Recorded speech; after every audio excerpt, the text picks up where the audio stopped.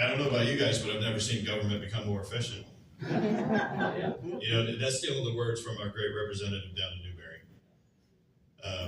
But that's the reality, is we're not going to make things more efficient. What we need to do is scrap our system. We need to go back and start all over again. You know, this can't happen overnight. It's going to take some time, but that's what needs to happen. Now, our governor having the authority, I don't know how many of you guys know this, but our governor put out a letter to all the legislators saying this is a bad thing that you guys are pushing against this.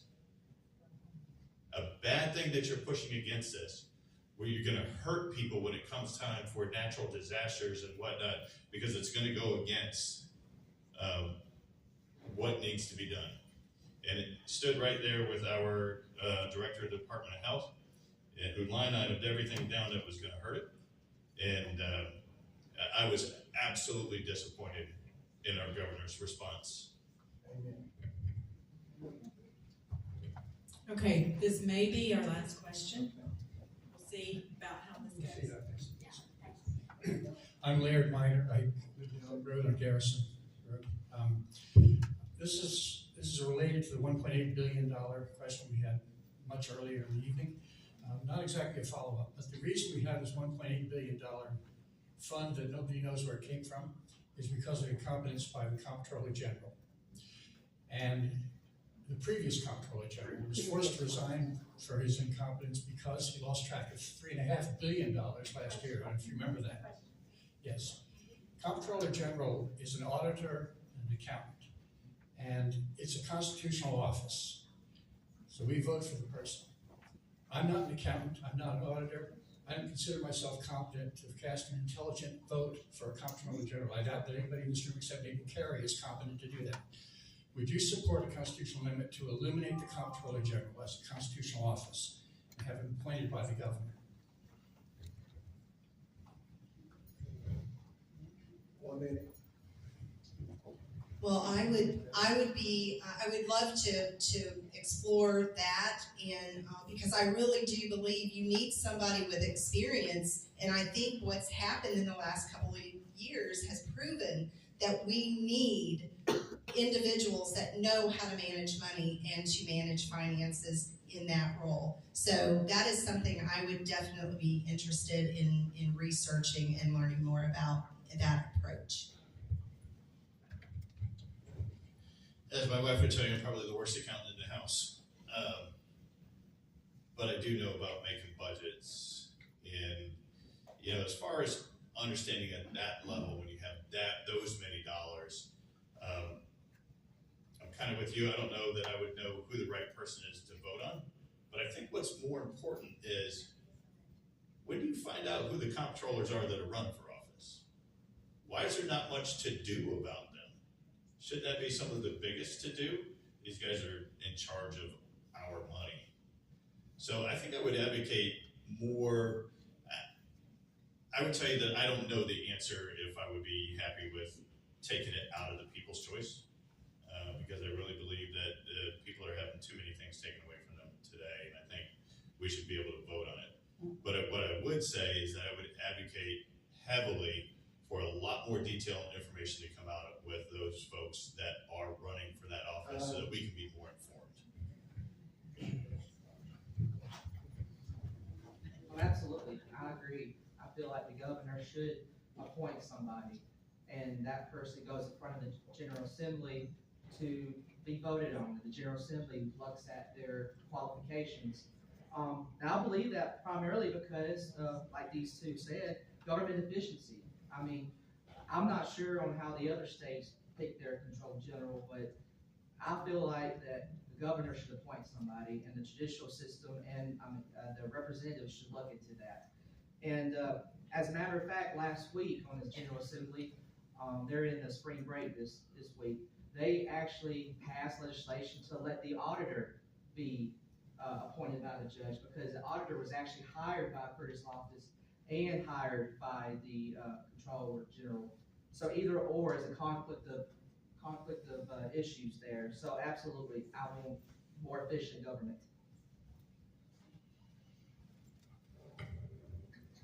Laird, I think that was a great idea. I had not thought of that one on my own, but I believe it would be great for the governor to be the one.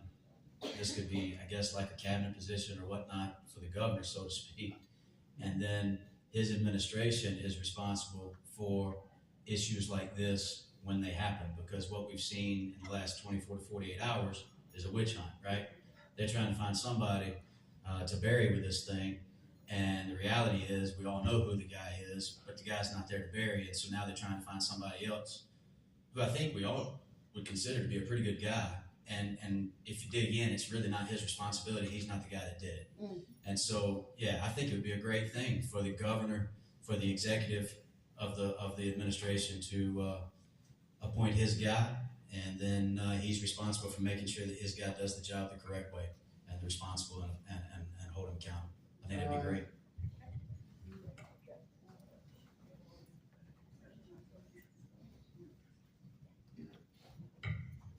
Okay, I want to give you the answers to the pop quiz.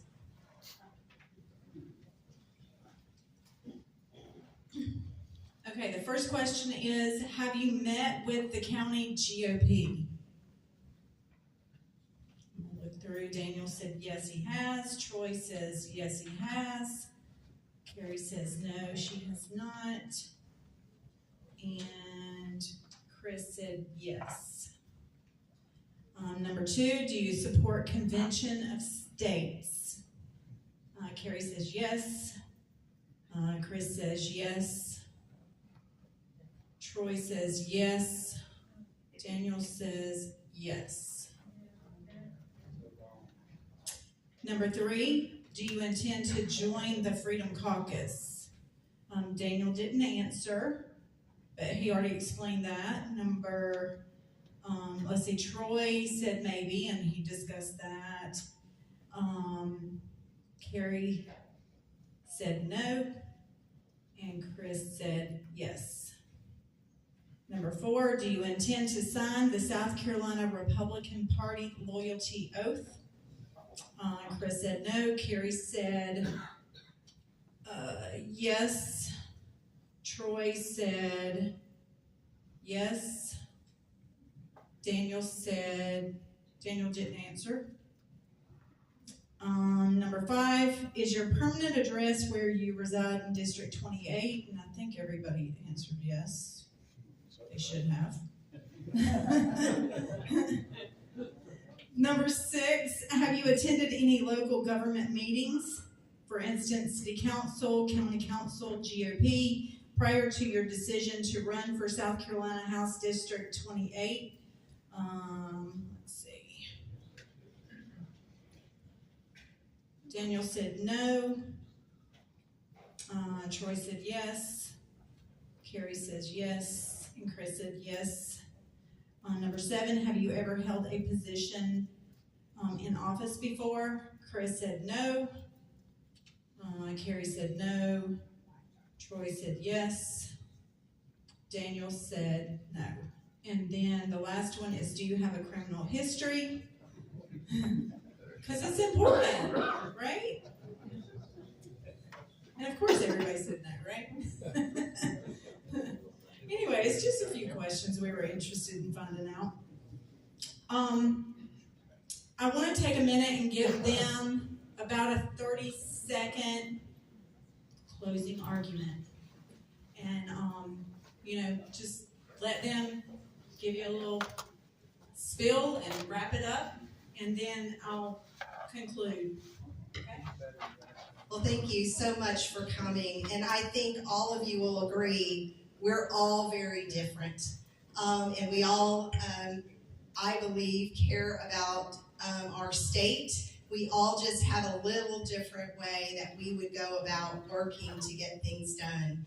And for me, it's about families, it's about communities and our small businesses, and how do we help our people of South Carolina thrive and be the best and have the best that they can. And I hope I can win your vote to represent you in District 28.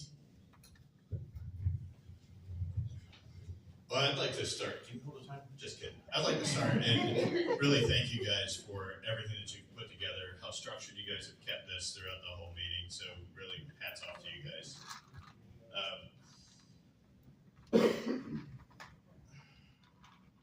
look, it's time for a change. It's absolutely time for a change. A change that brings a common sense approach back to our government. You know, we've witnessed some ludicrousy from some of our current representatives, not our representative currently, but some of our other representatives in our state. Let me say this, I'm not here to play political games, pander to special interests, that kind of thing. I'm here to represent you, to be a man of my word, and I want you to vote for Troy Prosser June 11th. Thank you. So the National Security Administration is actually the only office that actually listens to y'all right now. So, or NSA. So I want my office and my term to actually be the second office. I want to be y'all's mouthpiece in Columbia. I want to reflect the majority of my district, and I want to get our policies passed in Columbia. And I do ask for y'all's support. This was fun. I hope we can do this again. I hope I get your support on June 11th in the Republican primary. Thank you.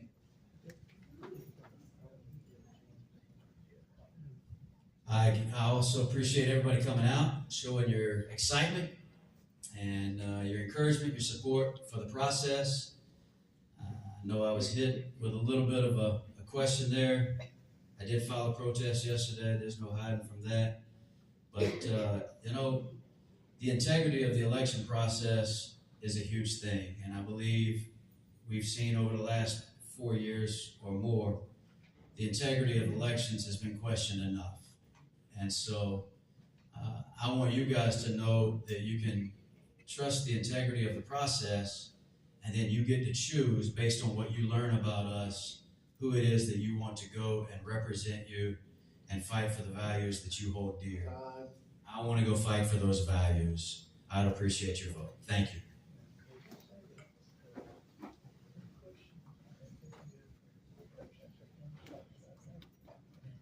I have a little curveball, just bear with me for 1 second, because I think this is important. We have 2 guys from our city council here tonight, and they really need our support if you're in the city, even if you're not, because things that are happening in the city limits where they're annexing county property and bringing it into the city, it's creeping out to the county. I mean, I'm getting locked in my neighborhood right now. So if Chad O'Rear and Tim Pinkerton, is he still here? Yes. I want to give them a moment to just tell you something that's going on, what they're doing. So you guys can take a couple minutes, and then we'll close, okay? Thanks. I'm Tim Pinkerton, and I'm a city council member representing Ward 5. What city? Simpsonville. Sorry. If you live in Simpsonville, noticed or said, or even around it, whatever the council and the city planning department does affects you. Coming up on April 11th is the next planning meeting. There'll be at least 5 new changes or requests for changes for zoning for developers, whether it be a school or housing or whatever. It's all going to affect our infrastructure, right? Bigger issue comes at the end, and this is something that Chad and I have been working on. Chad has put an ordinance together that's requesting a change in how the planning department works. We found out early on in one of our orientations that it takes 5 members of the 7-member council to overturn the planning department. Now, this kind of went over my head for a little bit at the beginning, but we went down to to Columbia to a meeting, training. We had a speaker from the Appalachian Council of Governments talk about planning, and one of the things came up that we had to rush up and ask him a question about how Simpsonville operates. He actually took some information I sent to him. He wrote back to me, he called me up and said that it's a little bit problematic, and here's the reason why. And it happened actually at the end of last year.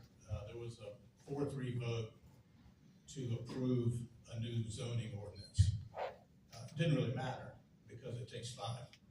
If there's a 5-member quorum, and it's legal, and there's a planning department that comes up, and you have 4 no votes and 1 yes vote, it passes. So Chad wrote an ordinance to change this to a simple majority. We don't really know where we stand with the rest of our votes, but the interesting thing is it actually has to go to the planning department to change it because it's a zoning issue. So they're gonna read it. I would be very surprised if they don't or they disagree with it and send it back to the city, and then we'll have to take issue there. I'll let you speak on that. Yeah, again, thanks everyone here. There's a lot of familiar faces. Y'all are a big part of the reason why I'm standing here right now. Tim won his election very handily, me not so. But nonetheless, I'm here much to the chagrin of some people in the city. My ordinance simply gets back to putting power back into the hands of the voters. If you read the ordinance, one of my main points is the way things sit right now, it's a disenfranchisement of the voters, of the taxpayers, because it requires 5 people, not a supermajority. 5 people represent 71% of the vote. Well, 71% in a national or a state election would be almost unheard of. 55-45 is considered a landslide, but yet the elected representatives are being held to a 71% standard against a committee that is appointed by the same people, the elected officials that y'all elected. So that imbalance of power, really I found out yesterday that in about a 6-year span, the planning committee in Simpsonville has literally denied 4 requests in 6 years. 4. The way our ordinance reads right now, for us to even overturn an acceptance of a proposal, we have to have 5 votes. There is not anyone in this state that has that standard. Only Simpsonville. That has been every municipality in this county, the city of Greenville, they all work to overturn the approval of a planning commission is simple majority. Only Simpsonville functions on a 5 vote for both an approval and a denial. My ordinance reads flat out, it should be simple majority for either side of that equation. The problem is that there's only one side of the equation is being exercised by our planning committee, and that's the rubber stamp. Let them do it, let them do it, let them do it. This will put the power back in the hands of the people who vote, not into the hands of an appointed committee, and holding the taxpayers to a higher standard in order to transact the business of the city. So what I would like, if I could impose on you, is next Thursday night, the 11th, the planning committee meets. It'll be the last thing on the agenda. I'd love for all of you to show up. I'd love for all of you to flood the room, and the people that live in the city limits are allowed to speak. I would like everyone to sign up, even if you're not a public speaker, just to say, we want you to accept this ordinance, because literally we are asking them to cut their own power. But that's how it should be. Y'all elected us, you didn't elect the planning committee. So that's where we're trying to return this to. If they vote to accept the ordinance as written, then it's over. If not, it will go on to a committee of the whole meeting next month, and we will discuss it in public at that point. But we hope they will do the right thing and accept the ordinance the way it's written, because we want y'all to be in power here, not a committee that's appointed. So thanks, and I hope you can come next Thursday. Question, just to clarify, where's the meeting, what time Meeting is it? City Hall. Meeting, I think, is still 6:30 for the planning committee. But to be safe, get there a little early. You can sign up. You don't have to use your 3-minute allotment. You can use 10 seconds and just say, I want you to vote to accept this new ordinance of the, to rewrite the 3 zoning ordinances that are in place. So, and thank all of y'all for being here. Tim and I sat in these seats before, and it is really fun.